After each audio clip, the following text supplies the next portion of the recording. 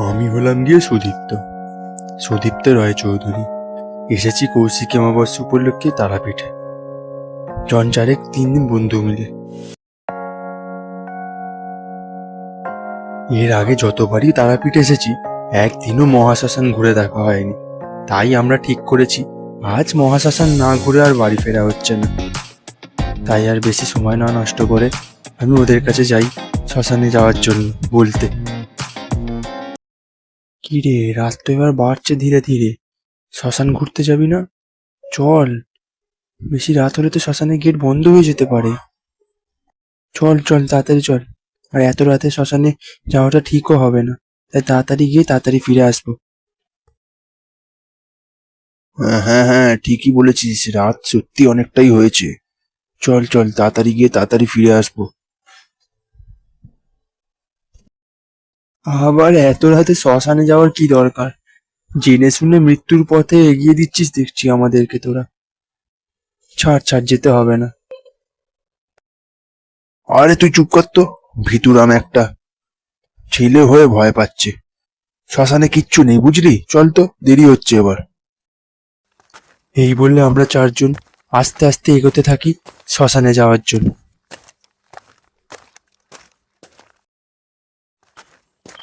বেশ খানিকক্ষণ হাঁটার পর আমরা 4 জন অবশেষে শ্মশানে এসে পৌঁছাই। বাবা, শ্মশানটা এত আধুনিক হয়ে গিয়েছে। এসে হঠাৎ থমকে দাঁড়াই, লক্ষ্য করি দূরে একটি নির্জন স্থানে কেমন যেন একটা অদ্ভুত বেদির মতন করা রয়েছে। দেখে তো মনে হচ্ছে কাউকে সমাধি দেওয়া, কিন্তু শ্মশানে সমাধি এও আবার হয় নাকি? না না, ব্যাপারটা আমার ঠিক লাগছে না। ওদের বলতে হবে দেখছি। ওই আমার পিছন দিকে লক্ষ্য করে দেখ, দেখ ফাঁকা জায়গাটাতে কেমন একটা অদ্ভুত সমাধি মতন করা রয়েছে। দেখে তো মনে হচ্ছে সত্যি সমাধি ক্ষেত্র ওটা, কিন্তু শ্মশানে সমাধি? এই ব্যাপারটা ঠিক লাগছে না। আমি একবার গিয়ে সামনে দেখে আসি বুঝলি। তোরা যদি আসবি তো আয়, না হলে থাক, আসছি এক্ষুনি। এ কি, শ্মশানে যখন 4 জনে জেনে শুনে ইচ্ছা করে মরতে এসেছি, তখন তুই একা মরবি না, 4 জনই একসাথে মরবো। চল, দেখা যাক কি হয় ওখানে, আমরাও যাবো তোর সাথে। এই বলে আমরা 4 জনে ওই নির্জন জায়গাটির দিকে হাঁটতে শুরু করি।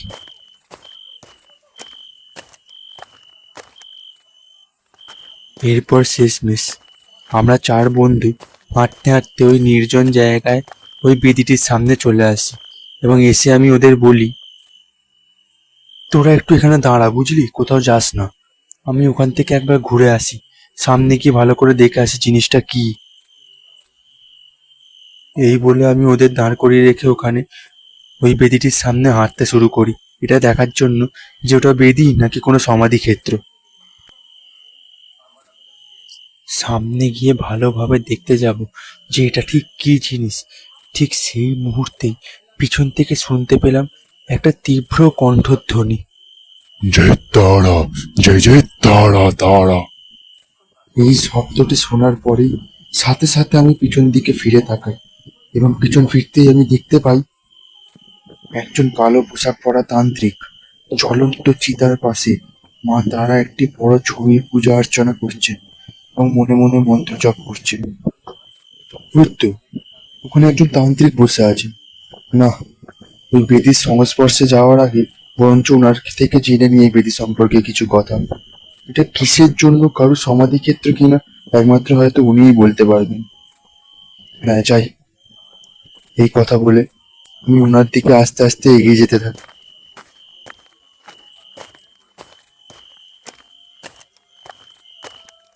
আমার এগিয়ে যেতে দেখে তখন আমার বন্ধুরাও আমার পিছন পিছন আসতে শুরু করে।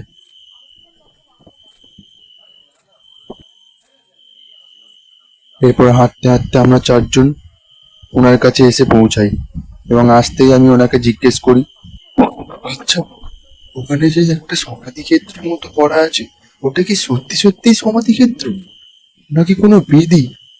না, মানে শ্মশানের সমাধি ক্ষেত্র। ব্যাপারটা কেমন অদ্ভুত লাগলো মনে, তাই আপনাকে জিজ্ঞেস করছি। আপনি যদি কিছু জেনে থাকেন তাহলে বলবেন প্লিজ যে ওটা কি। তোদের সাহস কি করে হলো ওখানে যাওয়ার? ওখানে যাওয়ার আগে তুই না আমাকে জিজ্ঞেস করেছিলিস? তোরা তারাপীঠে ঘুরতে এসেছিস ভালো কথা, মহাশ্মশান ঘুরতে এসেছিস আবার ভালো কথা। এত প্রশ্ন কোথা থেকে আসে তোদের মনে? ঘুরবি ধরবি বাড়ি চলে যাবি, ওখানে যাওয়ার সাহস করবি তো প্রাণে মেরে ফেলবে একবারে। লোকটির কথাবার্তা ধারণ দেখে বুঝতে আর বাকি রইল না যে লোকটি একটু খিটখিটে প্রকৃতি, পথ মেজাজি। বেকার এই বিষয় নিয়ে তর্ক করে বিশেষ কিছু লাভ হবে না। তখন তিনি পেছন থেকে সায়ন বলে উঠল, ওই ওই ওই এমন করিস না, হোটেলে ফিরে চল বুঝলি। লোকটাকে আমার সুবিধের মনে হচ্ছে না। বাবারে কি তেজ, কি নাকি আবার করে বসবে। প্রাণে বেঁচে বাড়ি ফিরে চল, দরকার নেই থাকার এখানে বেশি। এরপর আর বেশি কথা না বাড়িয়ে আমরা চারজন শ্মশান ছেড়ে হোটেলের দিকে যেতে শুরু করি। ঘড়ির কাঁটায় এখন ঠিক বাজে রাত 12টা। শ্মশান থেকে হোটেলে ফিরে খাওয়া দাওয়া করে সবাই মিলে শুয়ে পড়েছি। সকলে ঘুমিয়ে পড়েছে, কিন্তু আমার চোখে ঘুম নাই। আমার মাথায় ঘুরছে ওই একটাই কথা, লোকটি অমন রেগে গেল কেন ওই বেদিটির প্রসঙ্গ তুলতেই। তবে কি ওতে সত্যিই কিছু ছিল, নাকি সত্যিই সমাধি ক্ষেত্র? না, ব্যাপারটা দেখতে হচ্ছে। এক কাজ করি, কাল বরং রাত্রে আরেকবার যাই শ্মশান, দেখে আসি এই জিনিসটা কি। আর এদের বলা যাবে না কালকের ব্যাপার সম্পর্কে। একা একাই যাব, একা একাই চলে আসবো। হ্যাঁ, এটাই সব থেকে বেশি ভালো হবে। এখন বরং ঘুমাই। এরপর সময় আর নষ্ট না করে আমি চুপচাপ ঘুমিয়ে পড়ি। পরের দিন সকালে যখন আমার ঘুম ভাঙে, তখন ঘড়ির কাঁটা জানান দেয় সকাল 10টা বাজে। বাকিরা গেছে এদিক ওদিকে একটু ঘুরতে। আমাকে অনেক করে অনুরোধ করছিল ঘোরার জন্য, আমি যাইনি। শরীর খারাপে বাহানা দেখিয়ে ঘরেই রয়ে গেছি। তা না হলে যে রাত্রেবেলা যেতে অসুবিধা হতে পারে। যাক, গেছে ভালো হয়েছে, একদিকে একটু ঘোরাও হয়ে যাবে ওদের, আর আমি একটু বিশ্রামও নিতে পারবো। ঘুরতে তো গেলাম না বটেই, তবে একা একা ঘরে মনও বসছে না। যাই একটু বাইরে থেকে ঘুরে আসি।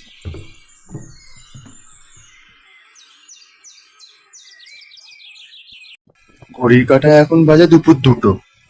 এখনো পর্যন্ত ওরা ঘুরে ঘাড়ে বাড়ি আসেনি। তাই আমি একা একাই খেতে বসে পড়লাম দুপুরের খাবারটা। ওরা খেয়ে আসবে কিনা তাও জানি না। যাক, খেয়ে দিয়ে একটু শুয়ে পড়ি। এরপর খেয়ে দিয়ে একটু দুপুরবেলা বিশ্রাম নিতে চলে যাই বিছানায়। রাতে অনেক রাত পর্যন্ত জাগতে হতে পারে আজ। তাই যদি জাগতে না পারি, বড় মুশকিলে পড়ব। তাই আর বেশি কথা না ভেবে একটু বিশ্রাম নিয়ে নি। পুরো বিশ্রাম নেওয়ার পর কখন যে ঘুমে চোখ ঢুলে আসছে আমি বুঝতে পারি না। ঘুম যখন ভাঙে তখন দেখি ঘড়ির কাঁটায় রাত 7:30। এতক্ষণে হয়তো ওরা এসে গেছে বাড়িতে।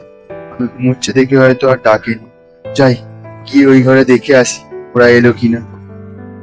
এই বলে আমি ওই ঘরে যেতে থাকি, এটা দেখার জন্য যে ওরা বাড়ি ফিরেছে কিনা। এরপর ওই ঘরে গিয়ে দেখি যে হ্যাঁ, সত্যিই ওরা এসে গেছিল। হয়তো তাই আমায় ঘুমোতে দেখে আর ডাকে না। বেশি দেরি করলে আর চলবে না, ঘড়ির কাঁটা অনেক হয়েছে। এবার ওদের বলিয়ে দিই যে আমি এবার একটুখানি বেরোবো। ওই শোন, আমার একটুখানি কাজ আছে, আমি একটু বেরোচ্ছি বুঝলি। রাতের মধ্যে ফিরে যাব, আমার জন্য অপেক্ষা করিস না। তোরা খেয়ে দিয়ে ঘুমিয়ে পড়িস, আমি ঠিক সময় মতো হোটেলে ফিরে আসবো, ঠিক আছে? ও কি রে, তারাপীঠে তোর আবার কি কাজ মনে পড়ে গেল এত রাত্রে? দরকার পড়লে বল, যাচ্ছি তোর সাথে আমরা। একা তুই যাবি এত রাত্রে, আবার কি বিপদ আপদ হবে। এই না না না না, তোদের যেতে হবে না। আমি ঠিক ঠিক থাকবো, কিছু হবে না। তোরা থাক, আমি সময় মতো ফিরে আসবো, ঠিক আছে? একটা দরকারি কাজ আছে, এসে সব বলবো কি কাজ। এখন আসি বুঝলি, অনেক রাত হচ্ছে। এই বলে আর বেশি সময় না নষ্ট করে শ্মশানের দিকে যেতে শুরু করি। বেশিক্ষণ হোটেলে দাঁড়িয়ে থাকলে হাজার একটা কোশ্চেন করবে ওরা। বেশ খানিকক্ষণ হাঁটার পর অবশেষে শ্মশানে এসে পৌঁছাই আমি। যাক বাবা, অবশেষে পৌঁছালাম শ্মশানে। এবার ভালোই ভালো কাজখানা মিটে গেলে হয়। দেখি, যাই, সময় নষ্ট করে ওইদিকে যাই। একদিকে ভালোই হয়েছে ওরা আসেনি। ওরা আসলে হয়তো আমার এটা করাই হতো না, দেখাই হতো না ভালো করে জিনিসটা কি। না, আর বেশি কথা বাড়িয়ে কাজ নেই। রাত অনেক হয়েছে। ওই বেদিটার সামনে আমাকে এবার যেতেই হবে, যে করে হোক। তা না হলে কেউ দেখে ফেললে মুশকিল হয়ে যেতে পারে। এখন রাস্তা ফাঁকা আছে, এটাই সুবর্ণ সুযোগ। এই বলে আমি হাঁটতে হাঁটতে সেই নির্জন জায়গায় বেদিটির পাশে যেতে থাকি। হ্যাঁ হ্যাঁ, এই তো, এই সেই জায়গা, এই সেই জায়গা যেখানে কাল এসেছিলাম। ওই তো, ওই তো দেখে মনে হচ্ছে ওটাই তো সেই কালকের বেদিটা, নাকি এই সমাধি ক্ষেত্র। যাই হোক, যাক বাবা, এসে গেলাম অবশেষে। এবার ভালোই ভালো কাজটা মিটে গেলে হয়।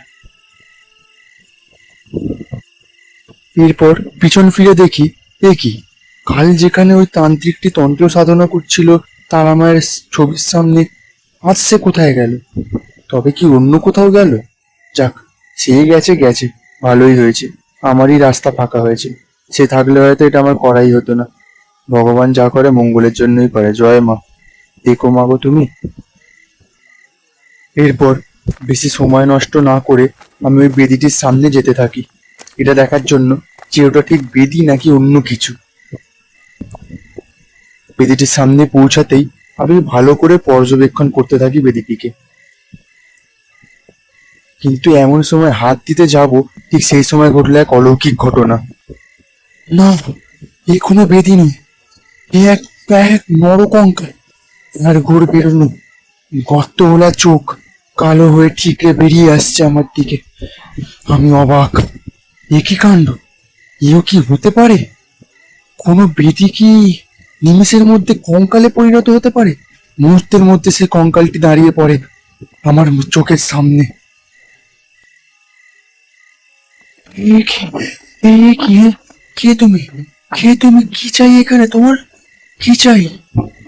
সেই সময় কেউ যেন আমার পিছন থেকে বলতে বলতে এগিয়ে আসছে। ওকে, ওকে, সেটা তো আমি বলবো তোকে, আমি বলবো। দাঁড়া, তার আগে তুই এটা বল, কালকে অতবার করে বারণ করা সত্ত্বেও তুই কিসের জন্য ওখানে স্পর্শ করার চেষ্টা করেছিস? হ্যাঁ, কি চাই তোর এখানে, কি চাই? এই তো, এই সেই তান্ত্রিকটা। এখনই তো ছিল না, কোথা থেকে হঠাৎ চলে এলো? আমি কিছু বলতে যাব, ঠিক সেই সময় সেই তান্ত্রিকটি বলে ওঠে।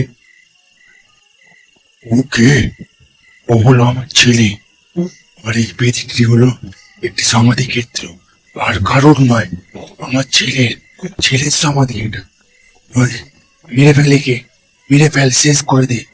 এ আমার কথা অমান্য করেছে, আমার কথা শুনে নিও।